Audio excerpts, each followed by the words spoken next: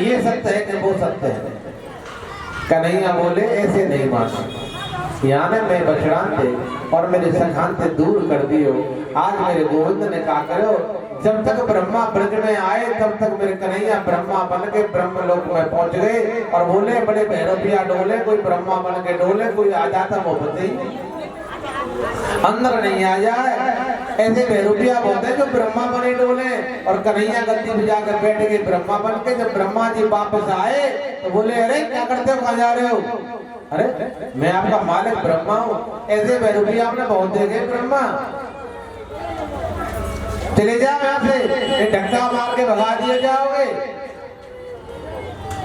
बोले ऐसे कैसे, अपने मालिक से ऐसे बोलते हो कि हमारा मालिक तो घर बैठो, तुम्हारा मालिक? अच्छा हाँ। और जाकर के जब देखा, आज ब्रह्मा जी ने मेरे प्रभु से क्षमा याचना,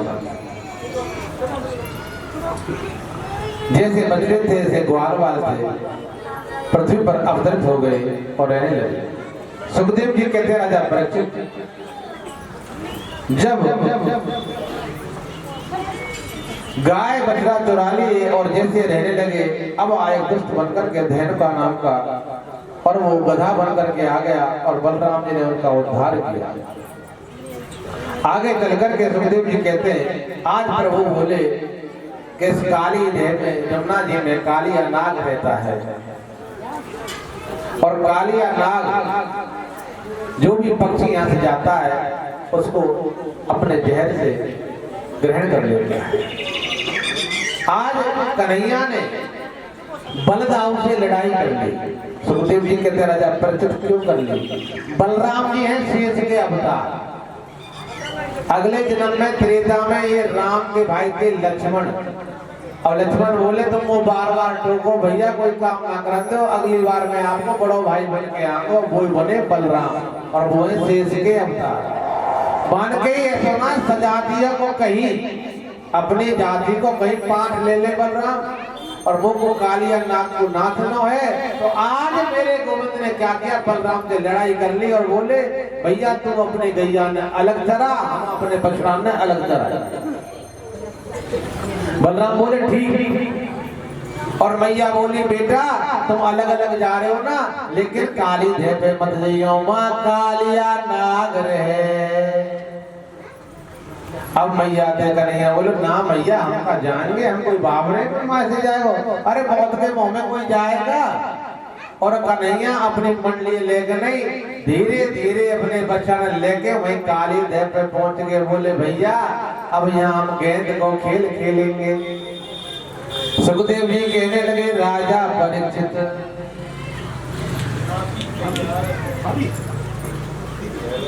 अब तो मेरे गोविंद ने करे होगा वहां जाकर के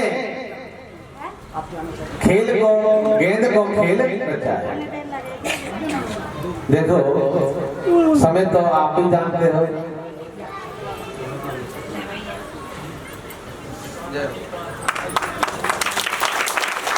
बोलो के बिहारी लाल की। एक पक्के ब्रजवासी है भैया मनोरा वाले। माँ बाप ही बच्चों को अच्छे संस्कार देते हैं। हमारे भाई मित्र, शिष्य कहो, मित्र करो, भाई कहो, बंधु कहो, उमेश कुंडू दो शब्द भगवान को अर्पण करना चाहते हैं। साढ़े में आ जाओ भैया उधर। 1100 रुपए सिया राम जी का पुत्र भागवत जी को भेंट करते हैं। भगवान उनको खुश रखे। बोलवा के बिहारी लाल की जय। श्री राधे श्री राधे। मैं सबसे पहले शिष्य गुरु मुक्तानंद महाराज जी का, पुत्र चौधरी रोशन लाल जी का, कुंडू गोश से श्री श्री 108 श्री भागवत रतन धर्म की ध्वजा श्री श्री 108 से श्री पंडित विष्णु व्यास जी महाराज के श्री चरणों में एवं पधारे हुए उनके सभी संत भक्तों के चरणों में मैं सत सत नमन कोटि कोटि वंदना करता हूँ। आप सभी मेरी वंदना को स्वीकार करें। बहुत ही सौभाग्य की बात है, आप सभी के आशीर्वाद से, आप सभी के सहयोग से, आप सभी के दान से और आप सभी के पूर्वजों के कल्याण हेतु हर साल की भांति इस साल भी बहुत सुंदर श्रीमद् भागवत महापुराण यज्ञ का यहाँ पर आयोजन किया गया है। मैं चाहूंगा एक जोरदार तालियां सभी आयोजकों के लिए होनी चाहिए, जिनकी कृपा से महायज्ञ चल रहा है। धन है आपकी माताएं, धन है आपके पिता, धन है वो कुल जिसमें आप जैसे दानदाता जन्म लेते हैं और जिनकी कृपा से हमें श्रीमद् भागवत महापुराण यज्ञ सुनने का सौभाग्य प्रदान होता है। क्योंकि इस दरबार में वही आता है जिसको ठाकुर जी बुलाता है। कोई ये ना सोचे कि मैं भागवत सुनने आया हूँ, ये हमने आकर के यहाँ कोई एहसान नहीं किया, इनने हम पे एहसान किया है कि इन्होंने हमें यहाँ तक बुला लिया, तो जरूर इनकी हम पर कृपा रही होगी। जब भी हम यहाँ पर आए, नहीं तो कॉलोनी बहुत बड़ी है, गांव बहुत बड़ा है, लेकिन यहाँ पर वही आएगा जिसको ठाकुर जी बुलाएगा। और सहयोग और दान भी उसी की जेब से आएगा जिससे ठाकुर जी कराएगा। क्योंकि सब जानते हैं धर्म करने से कल्याण होता है और ठाकुर जी जिसका कल्याण करना चाहते हैं उसी से धर्म कराते हैं और उसी को अपने चरणों में बुलाते हैं। और ये दुनिया बहुत आ रही है, बहुत जा रही है, तो मैं बहुत बहुत धन्यवाद देना चाहूंगा अपने आदरणीय गुरुजी महाराज को। क्योंकि देखिए, धर्म करना कोई बड़ी बात नहीं है, धर्म सभी करते हैं अपने अपने मुताबिक, लेकिन धर्म करना, धर्म कराना, धर्म से जोड़ना, ये बहुत पुण्य का कार्य होता है। गुरुजी आप स्वयं तो धर्म करते हैं 7-8 दिन तक, और हम जैसे ना जाने कितने तुच्छ जीवों को तन से, मन से, धन से, ना जाने किस किस प्रकार से आप धर्म कराते हैं। तो मैं सभी भक्तों की तरफ से, पूरी गांव बस्ती की तरफ से आपका भी दिल की गहराइयों से बहुत बहुत हार्दिक स्वागत, अभिनंदन और जोरदार तालियों से आपका। क्योंकि यहाँ पर क्षत्रिय समाज बैठा है और क्षत्रिय समाज का सबसे बड़ा धर्म होता है विप्रों की सेवा करना, विप्रों का सम्मान बढ़ाना और धर्म की रक्षा करना। क्योंकि पहले लोग खुशहाल क्यों हुआ करते थे कि वो ब्राह्मणों का बड़ा सम्मान करते थे, मंदिरों का बड़ा सम्मान करते थे, और आज हम लोग ब्राह्मणों को कुछ नहीं समझते। और ब्राह्मण वो चीज है कि आग लगी आकाश में और झरझर पड़े अंगार, जो ये विप्र ना होते जगत में तो आज जल उठता संसार। आज इन लोगों की बदौलत आज ये धर्म टिका हुआ है। बहुत से लोग कहते हैं कि भाई धर्म के नाम पर भाई ब्राह्मण जे बहुत धर्म करते हैं, तो बताओ व्यापार कौन नहीं करता इस दुनिया के अंदर? ऐसा कोई है जो व्यापार नहीं करता? लेकिन व्यापार के साथ साथ धर्म करना, हम लोग तो सिर्फ व्यापार ही करते हैं, कम से कम ये व्यापार के साथ धर्म तो करते हैं, हम लोगों को जोड़ते तो हैं। चाहे हम यहाँ रस करके दान कर रहे हैं, चाहे रो करके दान कर रहे हैं, लेकिन वो दान ही कहलाएगा। और मैं बहुत बहुत धन्यवाद देना चाहूंगा अपने, देखिए हमारे आध्यात्मिक ज्ञान भाई आर.डी. सैनी जी, एक बार जोरदार तालियां बजाएं। जो आप लोग इस कथा का सीधा लाइव प्रसारण यूट्यूब चैनल पर देख रहे हैं, और इस चैनल को आप सब्सक्राइब भी जरूर करें। और हमारे मंगला जी, एक बार जोरदार तालियां मंगला जी के लिए भी होनी चाहिए, क्योंकि सबके सहयोग से कार्यक्रम होता है। और एक जोरदार तालियां आप सभी अपने लिए बजाएं, क्योंकि आप बड़े सौभाग्यशाली हैं। और देखिए, मैं सबसे पहले उस माँ को जरूर नमन करना चाहूंगा जिन्होंने ऐसी धर्म की मूर्ति को जन्म दिया है कि हे कान्हा जी, आपने गुल को गुलशन में जगह दी, पानी को दरिया में जगह दी, मेरी उस माँ को उस जन्नत में जगह देना जिन्होंने ऐसी धर्म की मूर्ति को 9 महीने अपने पेट में जगह दी। क्योंकि माँ से बड़ा कोई नहीं होता। और देखिए बाबूजी बैठे, बाबूजी आप बड़े सौभाग्यशाली हैं, क्योंकि पुत्र तो सबके ही हैं, लेकिन पुत्र वही होता है जो समाज के काम आए। तो मैं जोरदार तालियां पर बाबूजी के लिए भी आप बजाएं, क्योंकि हमारे विष्णु महाराज जी की मुझे एक बात बहुत अच्छी लगी। उन्होंने कहा कि उमेश बेटा, मात पिता से बढ़कर के, मात पिता से बढ़कर के इस जीवन में मेरा कोई भगवान नहीं, और मैं चुका सकूं ऋण उनका, इतना बड़ा धनवान नहीं। क्योंकि आज हम लोग बच्चों को इसलिए जन्म देते हैं,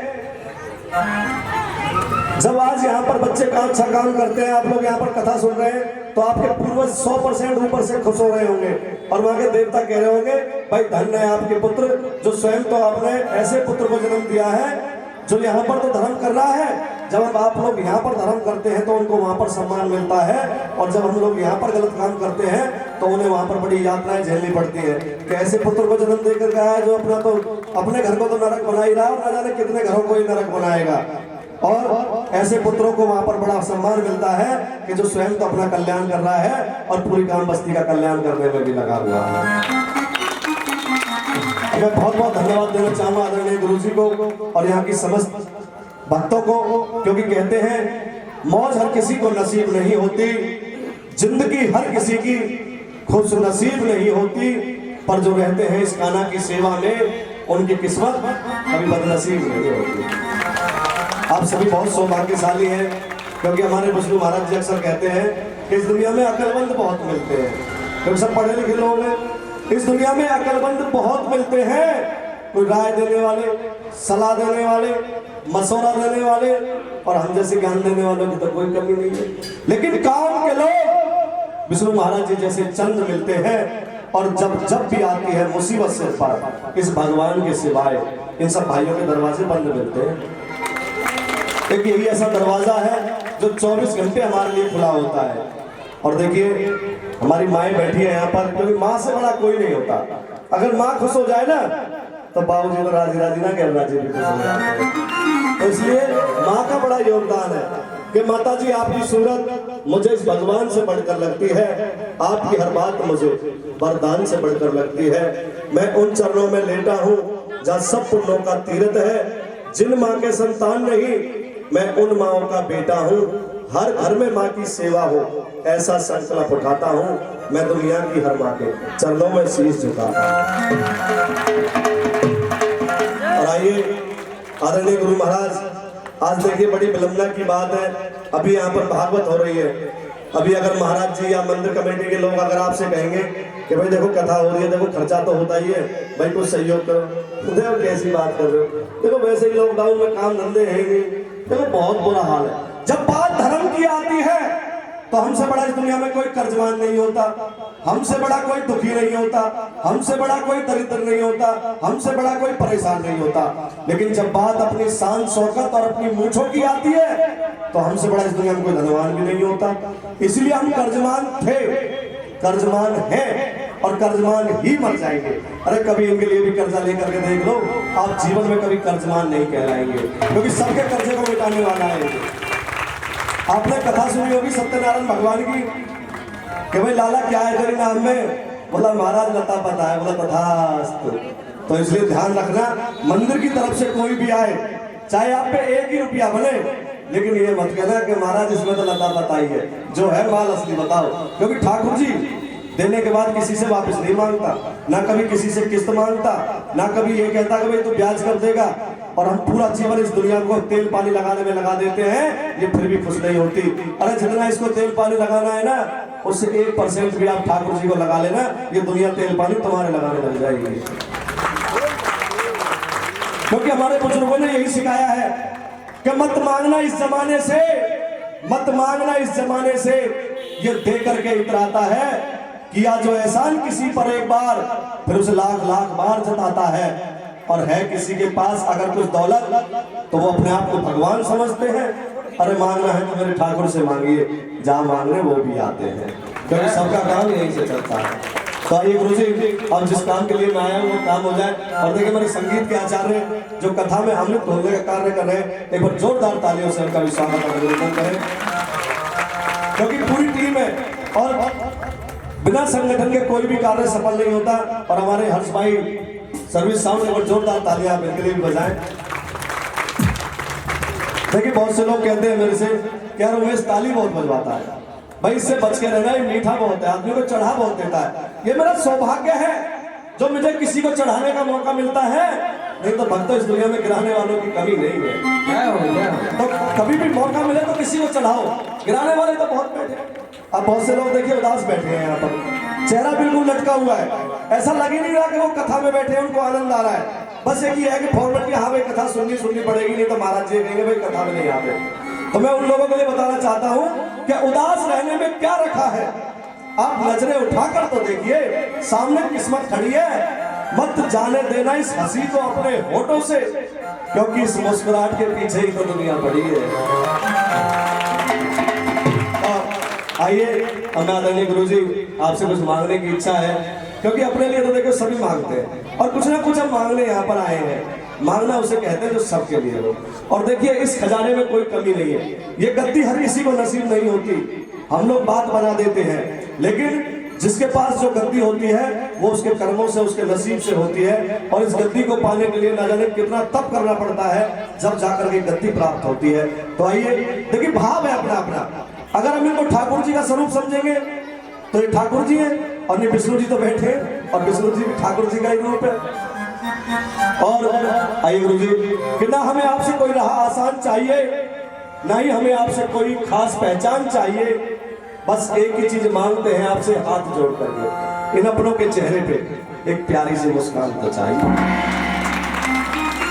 आप सदा हंसते रहें, मुस्कुराते रहें, और ऐसे ही धर्म कर्म के कामों में काम आते रहें। एक दिन मैं गुरुजी से पूछ रहा था, गुरुजी हम लोग बड़े बड़े तीर्थों पर जाते हैं, बड़े बड़े भंडारे करते हैं, लेकिन कई बार रिजल्ट जीवन में जीरो रह जाता है। ऐसा महसूस किया होगा आप लोगों ने भी, हमने भी किया है। तो गुरुजी ने बहुत सुंदर जवाब दिया कि उमेश बेटा, बकस देता है ये कान्हा जी उनको जिनकी किस्मत खराब होती है, मगर भक्तों वो हरगिज नहीं बख्शे जाते जिनकी नीयत खराब होती है। ना एक तेरा होगा, न लाख मेरा होगा, न तारीफ तेरी होगी, न मजाक मेरा होगा, न गरुड़ गरुड़ शाही शरीर का, भाई तेरा भी खाक होगा और मेरा भी खाक होगा। ब्रांडेड ब्रांडेड करने वालों, याद रखना इस कफन का कोई ब्रांड नहीं होगा। कोई हंसकर दर्द छुपाता है, कोई रोकर दर्द छुपाता है। गजब की एकता देखी मंगला जी लोगों की इस जमाने में, जिंदों को गिराने में और मुर्दों को उठाने में। ना जाने कौन सी रात आखिरी होगी, ना जाने कौन सी बात आखिरी होगी। आप आगे भी ऐसे ही इस मंदिर और धर्म के काम आते रहना, ना जाने हमारी आपकी कौन सी मुलाकात आखिरी होगी। बहुत बहुत धन्यवाद।